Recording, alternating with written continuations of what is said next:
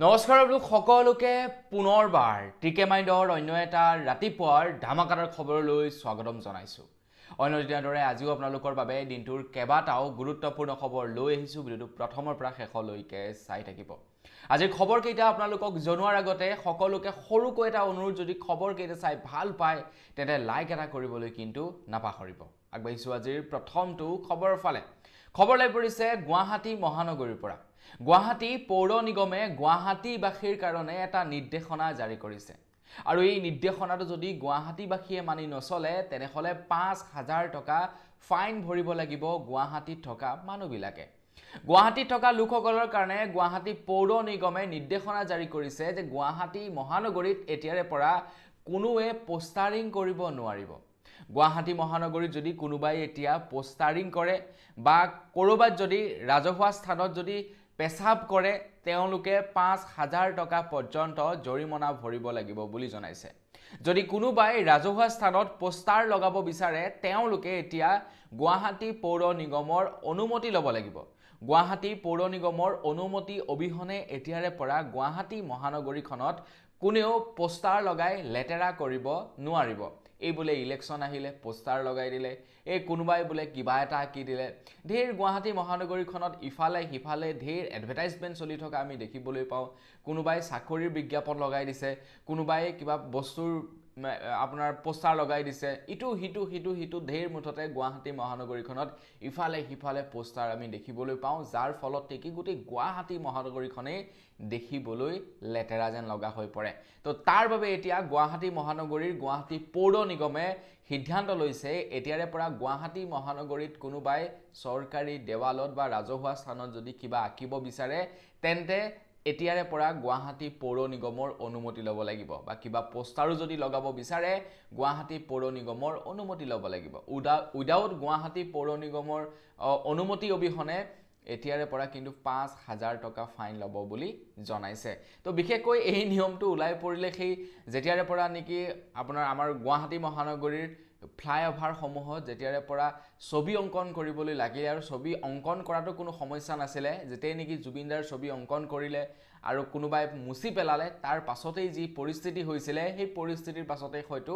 এই সিদ্ধান্ত ল'ব পাৰে। আগবাইছো ইয়াৰ পাছৰটো খবৰ ফালে। ইয়াৰ পাছৰ খবৰ ওলাই পৰিছে জিঅ' আৰু এয়াৰটেলৰ চিম কাৰ্ড ব্যৱহাৰকাৰীসকলৰ বাবে। তো এয়াৰটেল আৰু জিঅ'য়ে আনলিমিটেড 5G ডাটা প্ৰদান কৰে। আপোনালোকে জিঅ' বা এয়াৰটেলৰ চিম কাৰ্ডখন যদি 5G মোবাইলত ব্যৱহাৰ কৰে, জিঅ' আৰু এয়াৰটেলে আপোনালোকক আনলিমিটেড 5G ডাটা প্ৰদান কৰে। আপোনালোকে সীমাহীন ডাটা ব্যৱহাৰ কৰিব পাৰে, যিমান মন যায় সিমান ব্যৱহাৰ কৰিব পাৰে, কোনো ধৰণৰ লিমিটেশ্যন নাথাকে।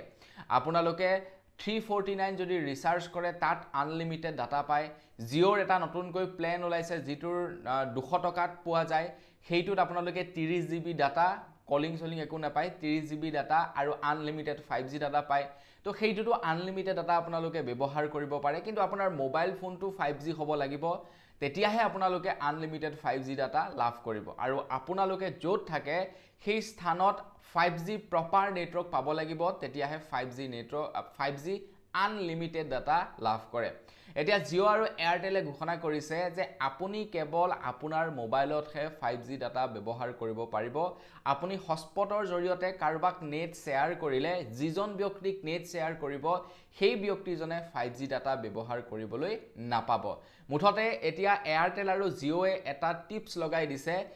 মানুহবিলাকে কি কৰে, ঘৰখনৰ ভিতৰত যিকোনো এজন ব্যক্তিৰ আনলিমিটেড 5G পেক ভৰাই ৰাখে আৰু সেইজনে গোটেই ঘৰখনকে হটস্পট দি থাকে। তো বাকীবিলাকেও কানেক্ট কৰি ধুনীয়াকৈ চাই থাকে 5G নেট যিহেতু আনলিমিটেড। তো জিঅ' আৰু এয়াৰটেলৰ ইয়াৰ ফলত বহুত লোকচান হৈছে, আৰু সেইকাৰণে জিঅ' এয়াৰটেলে নিয়ম বনাই দিছে যে এতিয়াৰে পৰা আপোনালোকে কেৱল নিজৰ মোবাইলটোতহে 5G নেটৱৰ্ক ব্যৱহাৰ কৰিব পাৰিব আনলিমিটেড। বাকী ঘৰৰ কোনোবাই যদি ব্যৱহাৰ কৰিব বিচাৰে আনলিমিটেড ব্যৱহাৰ কৰিব নোৱাৰিব।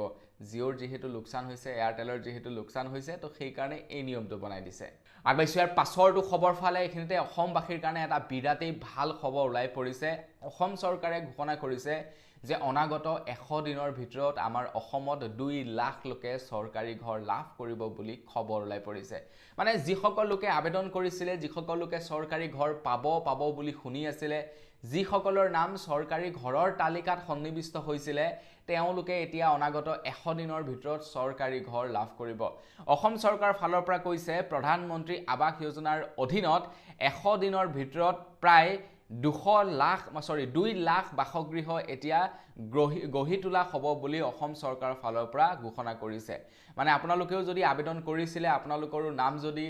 মানে তালিকাত আছিলে তেনেহলে আপোনালোকে এতিয়া প্ৰথম কিস্তিৰ ধন লাভ কৰিব অনাগত 100 দিনৰ ভিতৰত মানে 3.5 মাহৰ ভিতৰত আপোনালোকে চৰকাৰৰ পৰা চৰকাৰী ঘৰ লাভ কৰিব আপোনালোকে বাৰু চৰকাৰী ঘৰৰ বাবে আবেদন কৰিছিলে না নাই কৰা কমেন্ট সেকশনত জনাব আপোনালোকৰ নাম চৰকাৰী ঘৰৰ তালিকাত আছে না নাই সেই সম্পৰ্কেও কমেন্ট সেকশনত জনাব যদি আপোনালোকে আবেদন কৰিছিলে বা আপোনালোকৰ নাম যদি চৰকাৰী তালিকাত আছে আপোনালোকক আগতীয়াকৈ ৰিকুৱেষ্ট কৰিম আপোনালোকে ডিবিটি একাউণ্ট খুলি ৰাখক আপোনালোকৰ কেৱাইসি ভাঙি ৰাখক বেংকৰ একাউণ্টৰ নহলে কোড গৈ পইচাটো সোমাব আপোনালোকে পাত্তাই নেপাব আগৈছো ইয়াৰ পাছৰটো খবৰ ফালে খবৰলাই পৰিছে আসাম পুলিচৰ ওপৰত আমাৰ অসমৰ পুলিচ প্ৰশাসনে এতিয়াৰে পৰা আধাৰ কাৰ্ডৰ অফলাইন ভেৰিফিকেশ্যন কৰিব পাৰিব আধাৰ কাৰ্ডৰ ভেৰিফিকেশ্যন কৰিবৰ কাৰণে অনলাইনৰ প্ৰয়োজন হয় অনলাইনতহে আধাৰ কাৰ্ডৰ ভেৰিফিকেশ্যন কৰিব পাৰি কিন্তু এতিয়াৰে পৰা আমাৰ অসম পুলিচে অফলাইনৰ জৰিয়তে আধাৰ ভেৰিফিকেশ্যন কৰিব পাৰিব বুলি জনাইছে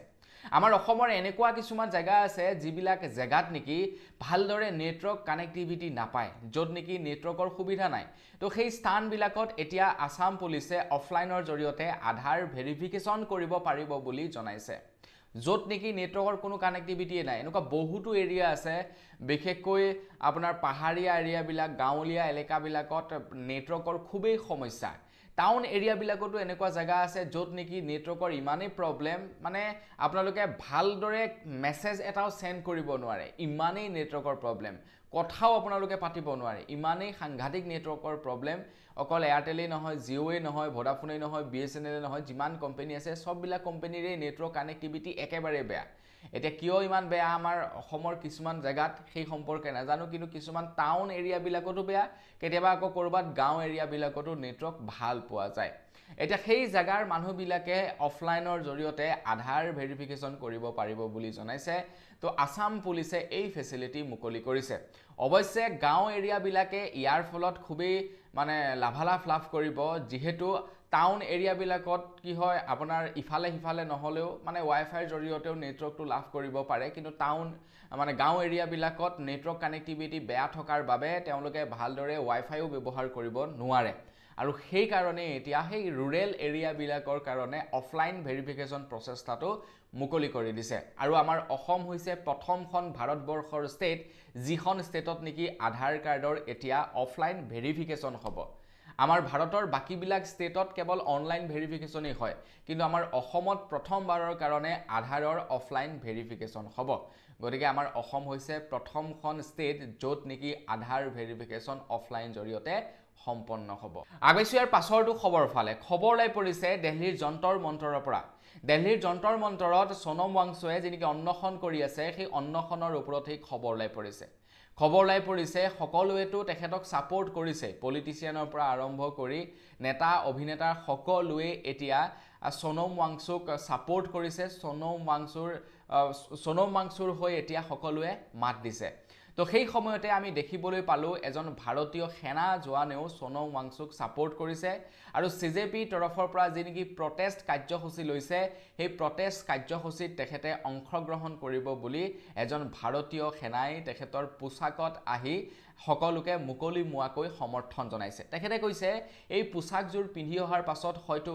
মোক চাকৰিৰ পৰা বৰখাস্ত কৰিব হয়তো মোক এৰেষ্ট কৰিব পাৰে কিন্তু তাৰ পাছতো মই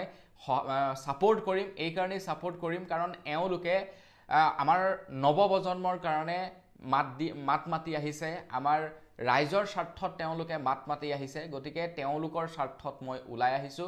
মোক দৰকাৰ হ'লে বৰখাস্তই কৰক বা এৰেষ্টই কৰক, মই মুকলি মুৱাকৈ সোণম ৱাংচুক আৰু CJPক ছাপোৰ্ট কৰিছোঁ বুলি এজন সেনা জোৱানে আহি মুকলি মুৱাকৈ ছাপোৰ্ট কৰিছে। গতিকে সাহস লাগিব কিন্তু এনেকৈ ছাপোৰ্ট কৰিবৰ কাৰণে। আগবাইছোঁ ইয়াৰ পাছৰটো খবৰ ফালে। সোণম ৱাংচুৱে 20 দিন ধৰি অন্নখন কৰিলে। এতিয়া আজি 21 নম্বৰ দিনতো ভৰি দিলে। তেখেত বাৰু এতিয়া হস্পিটেলত আছে,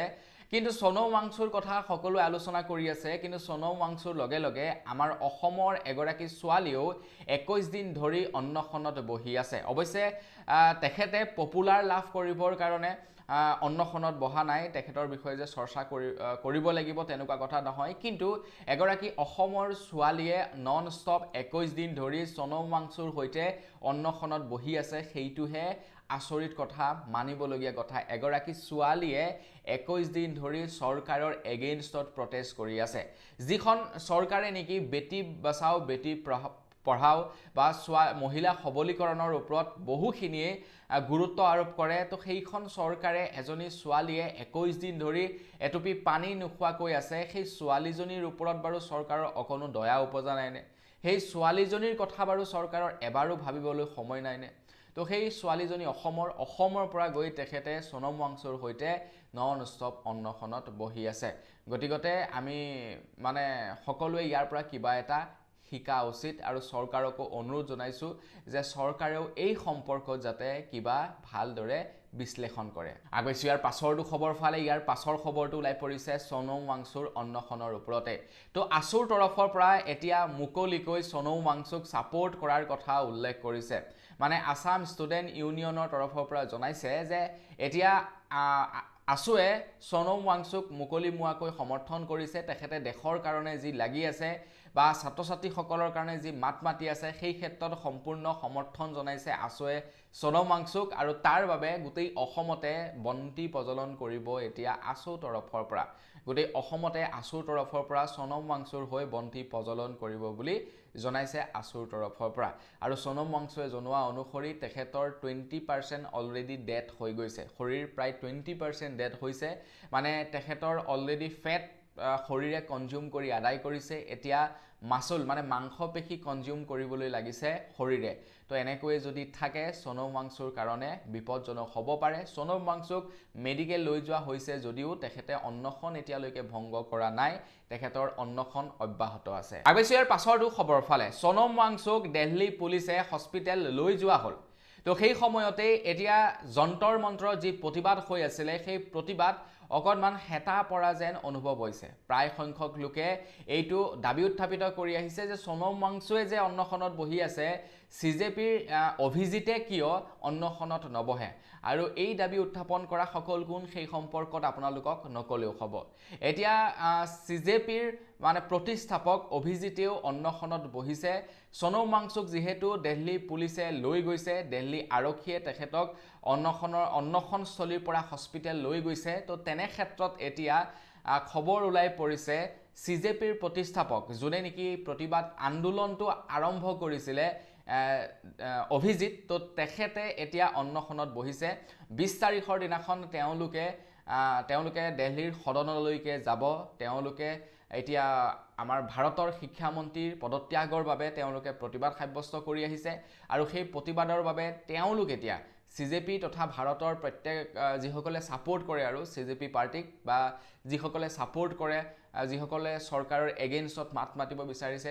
তেওঁলোকে দিল্লীৰ যন্তৰ মন্তৰৰ পৰা তেওঁলোকে সদনলৈকে যাব। তো 20 তাৰিখৰ দিনাখন, তো তেতিয়া পৰ্যন্ত যেতিয়ালৈকে চৰকাৰে তেওঁলোকৰ দাবী মানে মানি নলয়, তেতিয়া পৰ্যন্ত অভিজিতে এতিয়া বোলে অন্নখনত বহিব, আৰু যোৱাকালিৰে পৰা তেখেতে অন্নখনত বহিছে বুলি খবৰ ওলাই পৰিছে। আগবাইছোঁ ইয়াৰ পাছৰটো খবৰ ফালে। তো সোণম ৱাংচু কোন আপোনালোকে প্ৰায় সংখ্যক লোকে চিনি পায়, বাকী যিসকল লোকে চিনি নাপায় তেওঁলোকক ৰিকুৱেষ্ট কৰিম, 3 ইডিয়েটছ যিখন ফিল্ম আছে, বলিউডৰ এখন আমিৰ খানৰ ফিল্ম, তো সেই ফিল্মখন আপোনালোকে এবাৰ চাব, সোণম ৱাংচু কোন হয় আপোনালোকে জানিব পাৰিব। এতিয়া সোণম ৱাংচুৰ ওপৰত কিছু অপপ্ৰচাৰ চলি আছে, একাংশ অন্ধভক্তই তেখেতৰ এগেইনষ্টত অপপ্ৰচাৰ চলাই আছে। তো সেইবাবে সেইবাবে ভাবিলোঁ আপোনালোকক অকণমান তেখেতৰ যি অপপ্ৰচাৰ চলি আছে সেই সম্পৰ্কে সত্যতা কি জনাই থৈ যাওঁ তো সোনম वांगचुৰ এটা ভিডিঅ' বৰ্তমান সময়ত খুবেই ভাইৰেল হৈ আছে তেখেতে সেই ভিডিঅ'টোত তেখেতে কৈছে যে চীনে লাডাখত আক্ৰমণ কৰিলে আমি বাধা নিদিওঁ বৰঞ্চ চীনৰ সেনাক ভাৰতলৈ সোমাই অহাৰ ৰাস্তাহে আমি দেখুৱাই দিম তো সোনম वांगचুৰ এই ভাষ্যটো বৰ্তমান সময়ত সামাজিক মাধ্যমত খুবেই চৰ্চিত হৈ আছে আৰু একাংশ অন্ধভক্তই তেওঁলোকৰ সামাজিক মাধ্যমত শ্বেয়াৰ কৰি কৈছে যে আমি এনেকুৱা এজন ব্যক্তিক সাপোৰ্ট কৰিছো যিজন ব্যক্তিয়ে ভাৰতবৰ্ষ ধ্বংস হোৱাটো বিচাৰে চাইনাক ভাৰতখন দি দিয়াটো বিচাৰে একচুয়ালি তেখেতে সেই উদ্দেশ্যৰে এই মানে বাক্যশাৰী কোৱা নাছিলে প্ৰথমৰ যিখিনি কথা তেখেতে কৈছিলে সেই কথাখিনি তেওঁলোকে কাটি কেৱল এই লাইন কেইটাহে ৰাখি সামাজিক মাধ্যমত বৰ্তমান সোনম वांगचুক মানে বেয়া সজাবৰ কাৰণে শ্বেয়াৰ কৰি আছে অৱশ্যে সোনম वांगচুৱে কৈছিলে যে আমি অহৰহ প্ৰচেষ্টা চলাই আছো ভাৰতখন বচাবৰ কাৰণে আমি চীনৰ সেনাৰ সৈতে মোকাবিলা কৰি আছো কিন্তু তাৰ পাছতো ভাৰত চৰকাৰে এই সম্পৰ্কত একো বিহিত ব্যৱস্থা লোৱা নাই লাডাখখন বচাবৰ কাৰণে চৰকাৰে একোৱেই ব্যৱস্থা হাতত লোৱা নাই গতিকে নেক্সট বাৰৰ পৰা যদি চাইনাৰ সেনা ভাৰত সোমায় তেতিয়া আমি তেওঁলোকক আৰু বাধা আৰোপ নকৰোঁ কাৰণ চৰকাৰে এই সম্পৰ্কত একো একচন লোৱা নাই একো ব্যৱস্থা লোৱা নাই আমি কিয় তেওঁলোকৰ ওচৰত গৈ মানে মৰিমগে গতিকে আমি তেওঁলোকক ৰাস্তা দেখুৱাই দিম এই বুলিহে কৈছিলে সোনম वांगचুৱে কিন্তু তেখেতৰ কথাটো কাটি কুটি সামাজিক মাধ্যমত শ্বেয়াৰ কৰি তেখেতক ডিফেম কৰিবৰ কাৰণে বৰ্তমান সময়ত একাংশ অন্ধভক্তই চেষ্টা কৰিছে গতিকে মানে ভক্ত হওক কথা নাই অন্ধভক্ত নহব তাৰ লগে লগে সোনম वांगचুৰ ওপৰত এখন ছবি নিৰ্মিত হৈছিল নাম হৈছে 3 ইডিয়েটস তো সেই 3 ইডিয়েটস সিনেমাখনত সোনম वांगचুৰ ক্যাৰেক্টাৰটো কৰিছিলে আমিৰ খানে তো আমিৰ খানক সোধা গৈছিল যে আপুনি সোনম वांगचুৱে এতিয়া ভাৰতৰ ষ্টুডেন্ট সকলৰ কাৰণে মাত মাতি আছে আপুনি কিয় এই সম্পৰ্কত নিমাত আপুনিওটো এসমত সোনম वांगচুৰ ক্যাৰেক্টাৰটোত অভিনয় কৰিছিল তেখেতৰ বিষয়ে আপুনি জানে তো তেতিয়া আমিৰ খানে ষ্টেটমেন্ট দিছে সামাজিক মাধ্যমত যে আমি যিখন 3 ইডিয়েটস ফিল্ম কৰিছিলো সেই 3 ইডিয়েটস ফিল্মখনত যিজন নেকি সাইন্টিষ্ট আছিল ফুংচুক ৱাংৰু তো সেই ফুংচুক ৱাংৰু বা সোনম वांगचু মানে এইজন সাইন্টিষ্ট নহয় বুলি তেখেতে ষ্টেটমেন্ট দিছে কিন্তু এইটো সম্পূৰ্ণ তেখেতে মিছা ষ্টেটমেন্ট দিছে এটা কিয় কৈছে নাজানো আৰু এইটো সম্পৰ্কে ক'ব নোৱাৰো হয়তো তেখেতে চৰকাৰলৈ ভয়ও কৰিব পাৰে কাৰণ অলৰেডি 3 গৰাকী কৈ বিয়া পাতিলে আগবেছি ইয়াৰ পাছৰটো খবৰ ফালে এখিনি খবৰ লাই পৰিছে গুৱাহাটী মহানগৰীত সোনম वांगचুৰ ছবি অংকন কৰাৰ বাবে দুজন কৈ অসমৰ যুৱকক এৰেষ্ট কৰে বুলি খবৰ ওলাই পৰিছে খবৰ লোৱা অনুসৰি সোনম वांगचুৰ ছবি অকাই হল অপৰাধ অসম আৰক্ষীয়ে আটক কৰিলে দুই যুৱকক বখিষ্ট চাৰিআলিৰ উৰণ খেতুত সোনম वांगचুৰ ছবি অংকন কৰিছিল দুই যুৱকে আৰু দুই যুৱককে এতিয়া এৰেষ্ট কৰিছে অসমৰ মুখ্যমন্ত্ৰী হিমন্ত বিশ্ব শৰ্মা দেৱে আজিৰ পৰা 2-3 দিন পূৰ্বে কৈছিলে যে আপোনালোকে আঁকিবলৈ মন আছে পৰেশ বৰুৱাৰ ছবি আঁকক তো যতে ততে জুবিনৰ ছবি অংকন কৰি আপোনালোকে মানে কি বুজাব বিচাৰিছে তো যিসকল লোকে আমাৰ মুখ্যমন্ত্ৰী হিমন্ত বিশ্ব শৰ্মা দেৱৰ কথাত মানে অনুপ্ৰেৰণিত হৈ যদিহে কোনোবাই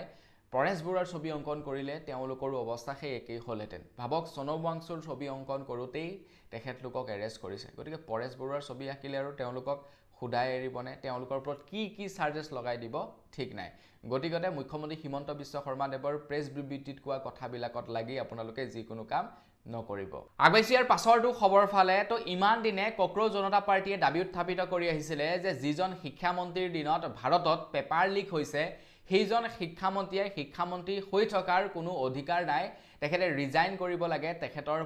পদৰ পৰা আৰু তাৰ বাবে সোনম वांगচুৱে অন্নখনত আছিলে 20 দিন ধৰি এতিয়াও তেখেতে অন্নখনত আছে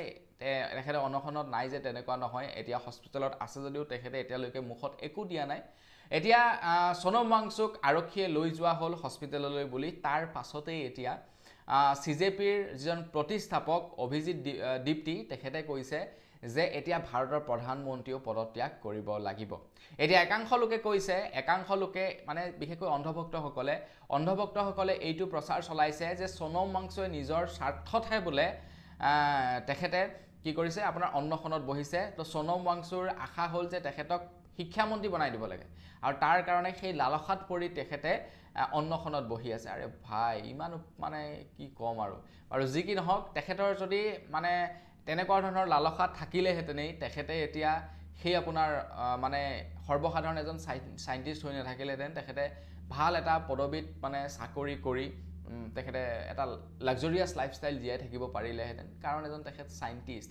তেখেতৰ নামত কিমান হাজাৰ পেটেণ্ট আছে তাৰ কোনো ঠিক নাই কিমান কি তেখেতে আৱিষ্কাৰ কৰিছে তাৰ কোনো ঠিক নাই তেখেতৰ আৱিষ্কাৰ তেখেতৰ অৱদান বহুত আছে তেখেতে ভাৰতীয় সেনা জোৱানসকলৰ বাবে অৱদান আগবঢ়াইছে